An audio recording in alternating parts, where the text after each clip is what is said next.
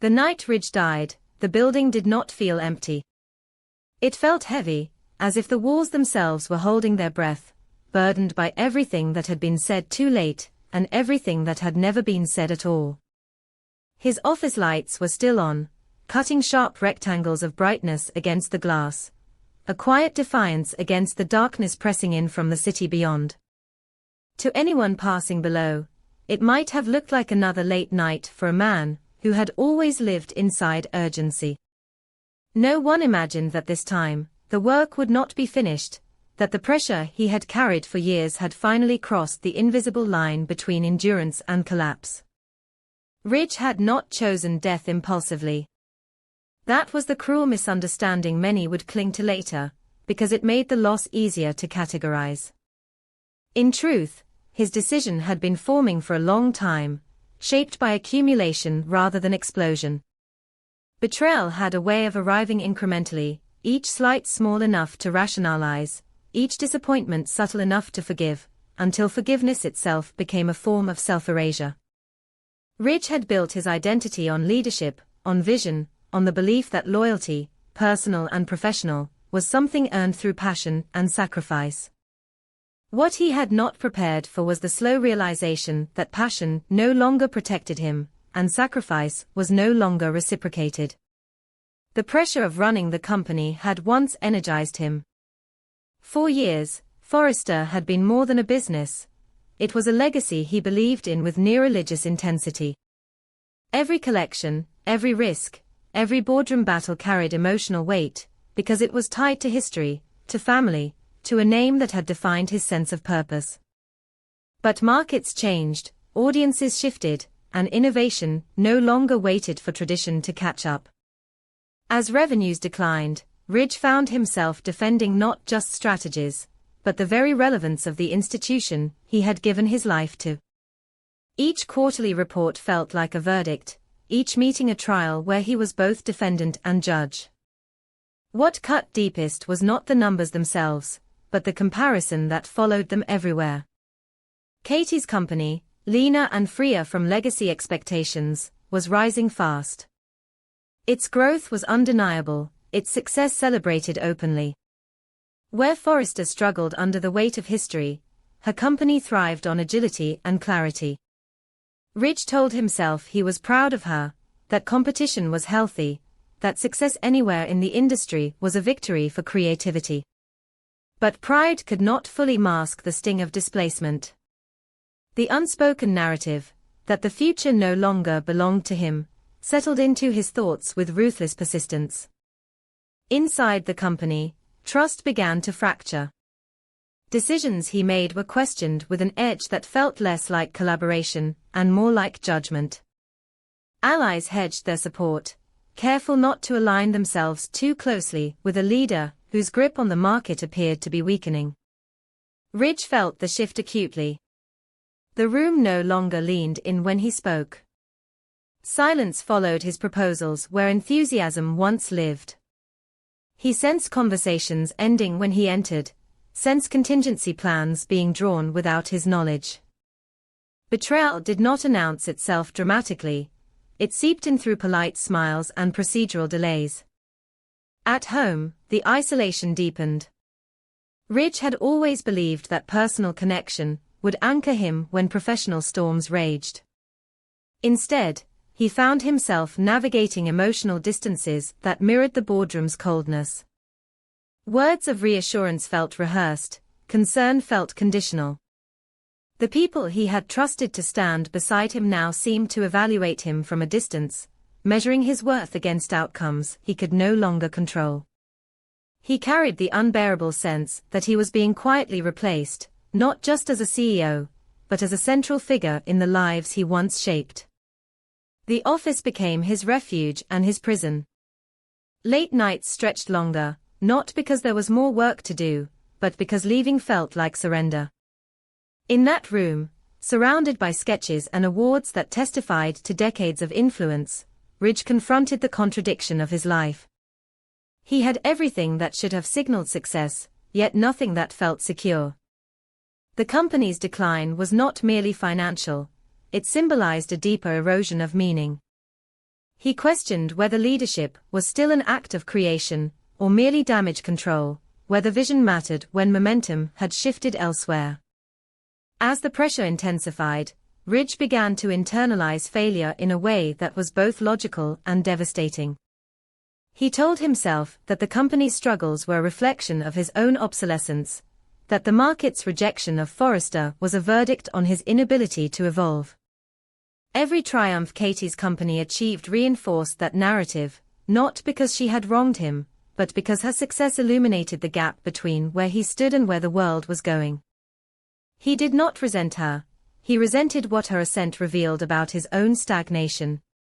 The betrayal that finally broke him was not singular. It was the convergence of many small abandonments, the board's hesitation, the quiet distancing of colleagues, the emotional unavailability of those he loved, the relentless reminder that the future was being written without him at the center. Ridge felt trapped between the responsibility to lead and the growing certainty that his leadership was no longer wanted. The weight of expectation became unbearable when paired with the absence of trust. He could not step down without confirming every doubt whispered behind closed doors. He could not continue without sacrificing what remained of his sense of self. On the final night, Ridge did not rage. He did not destroy. He sat alone, reviewing documents that no longer felt actionable, staring at projections that confirmed what he already knew. The office was silent except for the low hum of the city outside, indifferent and unyielding. In that silence, Ridge confronted the possibility that survival itself had become a form of humiliation. He believed, in that moment, that removing himself was the only way to stop the erosion, from himself, from the company, from the people who had already begun to move on. His death shocked everyone, because it forced them to confront truths they had avoided. The company had not simply lost a leader, it had lost a man crushed by the collective failure to see him as human rather than symbolic. Ridge had been reduced to a function, a variable in profit margins and strategic forecasts, until the burden of representation outweighed the capacity for resilience. His office, once a place of command, became the site of reckoning. In the aftermath, guilt spread unevenly. Some questioned their silence, others their ambition. Katie, confronted with the unthinkable consequence of parallel success, wrestled with the knowledge that growth does not occur in isolation, that one ascent can cast a long shadow over another's decline. The company reeled not just from loss, but from the revelation that leadership without empathy is unsustainable, that competition without compassion can become lethal. Ridge's death forced a re-examination of values that had been taken for granted. Success, once measured in dominance and endurance, now demanded accountability for the human cost. The office remained, the company continued, but something essential had been irreversibly altered.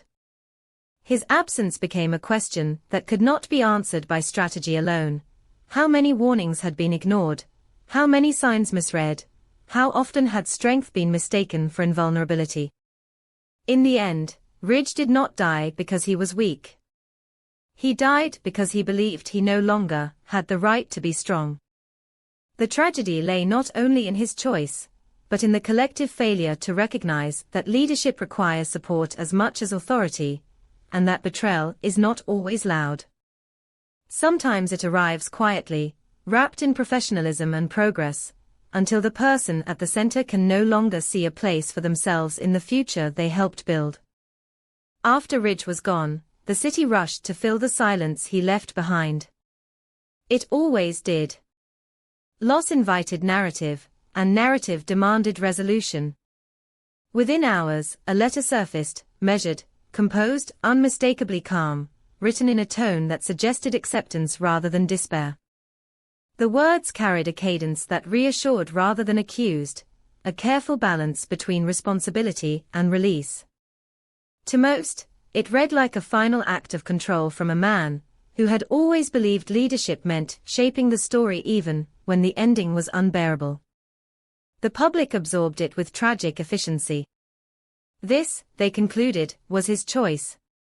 This was how he wanted to be remembered. Brooke did not read the letter that way. She read it slowly, then again, tracing the rhythm of the sentences rather than the meaning. Something about it unsettled her, not because it lacked emotion, but because it contained too much Polish. The pauses were perfectly spaced, the phrasing too evenly weighted, the transitions suspiciously elegant for a man who had been unraveling under pressure. Ridge, when he wrote from the heart, was never this symmetrical. He was impulsive in his drafts, passionate to the point of excess, prone to circling back, revising mid-thought, leaving behind fingerprints of conflict and urgency. This letter was different. It sounded finished. And that was precisely the problem. As Brooke's discomfort sharpened into recognition, a memory rose with brutal clarity. The internal drafts that had begun circulating months earlier, press statements, investor updates, crisis messaging, crafted by the new public relations team Ridge himself had insisted on hiring. Outsourced, he had said, because the company needed neutrality, modernity, distance from old emotional habits. It had been a strategic move, framed as necessary evolution. Katie had been hurt by that decision in ways Ridge had never fully acknowledged. She had built her reputation on clarity and directness, on refusing to varnish truth with corporate language. When Ridge chose to replace that philosophy with polished containment, it marked a fracture neither of them had known how to repair. Katie left not because she lacked ambition, but because she refused to become ornamental to someone else's narrative. Now, holding the letter, Brooke recognized the same syntactic discipline, the same subtle reassurance embedded in the structure. This was not how Ridge wrote, when he was alone with his thoughts. This was how statements were written to survive scrutiny. The realization did not suggest fabrication, it suggested something more disturbing. That even in his final act, Ridge might have leaned on a language he believed would protect the company from chaos. Or worse, that someone had helped him frame his last words in a way that ensured stability rather than truth. The timing could not have been more volatile.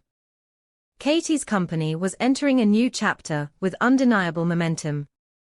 Headlines celebrated innovation and growth, praising the clarity of vision and decisive leadership that had propelled her forward. In parallel, Forrester's decline had become impossible to ignore. Analysts spoke of legacy fatigue, of a brand struggling to reconcile heritage with relevance. The juxtaposition was irresistible to the public imagination. One narrative rose as another fell, and Ridge's death became the hinge between them. Forrester down. Katie up. Ridge gone. It did not take long for implication to masquerade as conclusion. Whispers gathered speed during the holidays, when families and industries alike were supposed to pause. Instead, conversations sharpened. At parties and private dinners, in op-eds and online commentary, a cruel simplification took hold. Katie's ambition, some said, had pushed Ridge past the edge. Her success had exposed his failure too brightly, too publicly. She became the convenient symbol of a ruthless era, the woman whose ascent coincided too neatly with a man's collapse. The language shifted subtly but decisively. She was no longer simply successful, she was destructive. No longer strategic, she was cold. The story demanded a villain, and Katie fit the silhouette perfectly. Brooke watched this transformation with growing unease. She knew Katie too well to accept the caricature forming around her. Ambition had never been Katie's weapon, clarity had. She pursued growth not to dominate, but to build something that did not require erasure of others. What the whispers ignored, what the narrative conveniently omitted, was the paradox at the heart of the situation. If Ridge truly collapsed, if his downfall became definitive, the public would not simply mourn him. They would canonize him. And in that canonization, they would need a counterpoint. Someone to blame. Someone whose success could be recast as predation. That someone would be Katie. Brooke began to see the situation with chilling precision. The letter's polished restraint, the timing of its release, the speed with which public sentiment aligned, all of it created a closed loop that absolved the system while condemning the individual who thrived outside it. Ridge's death was being framed as a personal choice divorced from structural failure. Forrester's decline was treated as an unfortunate backdrop rather than a contributing force. And Katie's success was positioned not as independent achievement, but as a provocation. Yet beneath this distortion lay the central irony, the twist no one wanted to acknowledge. Katie was the only person with a genuine motive to keep Ridge alive. If Ridge fell completely, the symbolic economy would turn against her. The industry would not celebrate nuance. It would seek balance through moral accounting. One rise must equal one fall. One victory must cost someone their dignity. Katie understood this better than anyone. She had lived long enough inside systems that demanded sacrifice at the altar of narrative coherence. She knew that becoming the face of progress meant accepting the risk of being cast as its cruelty. Brooke remembered conversations from before everything shattered. Katie had spoken often of Ridge's exhaustion, of the way responsibility had calcified around him, turning leadership into confinement. She worried not about competition, but about isolation. She had argued, sometimes too sharply, sometimes too late, that Ridge needed relief, not rivalry. That stepping back was not failure, and that redefining purpose was not surrender. Those warnings had been dismissed as personal grievance, as sourness masquerading as concern. Now they returned with devastating clarity. The letter, in this light, took on a different resonance. If Ridge had chosen to leave words behind, perhaps he had done so believing they would protect everyone else from the chaos he could no longer contain. He may have thought he was preserving stability, shielding the company, sparing Katie from scrutiny by framing the story as his choice alone.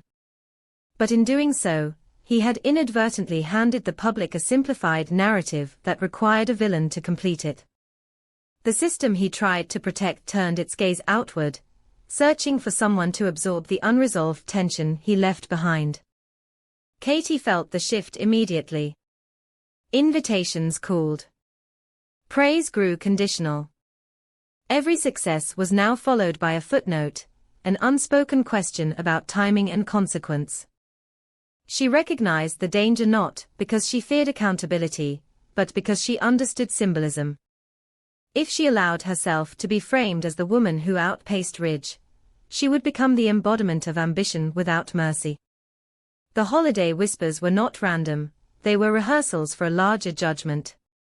What the public could not see was the truth that complicated every accusation. Katie had never wanted Ridge destroyed. She had wanted him free. Free from the crushing expectation that leadership meant martyrdom. Free from the illusion that stepping aside equaled erasure. Free from the machinery that rewarded endurance over sustainability. In private, she had imagined futures where Ridge remained vital without being central, influential without being trapped. Those visions now haunted her with the cruelty of hindsight. Brooke, piecing together fragments others overlooked, began to question whether the letter had been shaped as much by fear of consequence as by acceptance of fate. The cadence that echoed PR drafts suggested a man thinking in terms of optics even as his inner world collapsed. That did not negate choice, it reframed it. Ridge may have believed that choosing an ending on his own terms would spare others the burden of his unraveling. He may have believed that narrative control was the last form of leadership available to him. But narratives, once released, do not remain obedient. As the season turned and the holidays passed, the story hardened. Forrester struggled to articulate a future without invoking Ridge's absence as both loss and lesson. Katie's company continued to grow, its success now shadowed by implication. Brooke watched as empathy eroded into judgment, as complexity gave way to convenience. The truth, That systems fail people as often as people fail each other, was too unwieldy for public consumption. The cruelest irony remained unspoken. The woman accused of ambition-driven destruction was the one who had most clearly seen the danger Ridge was in. The one who had the most to lose from his collapse. The one who understood that if he fell, the industry would need a counterweight, and it would not hesitate to place it on her shoulders. In the end, Brooke realized that the letter did not simply close Ridge's story, it opened a new one about how power redistributes guilt, how success attracts moral suspicion, and how those who survive are often punished for doing so. Katie's challenge was no longer to defend her ambition, but to resist becoming the symbol others needed her to be. To refuse the role of executioner assigned to her by a narrative too impatient to hold contradiction. Ridge had chosen an ending he believed would bring quiet. Instead, it amplified the noise. And in that noise, the deepest tragedy was not just his absence, but the way his legacy threatened to consume the very person who, more than anyone else, had wanted him to live beyond the confines of a collapsing crown.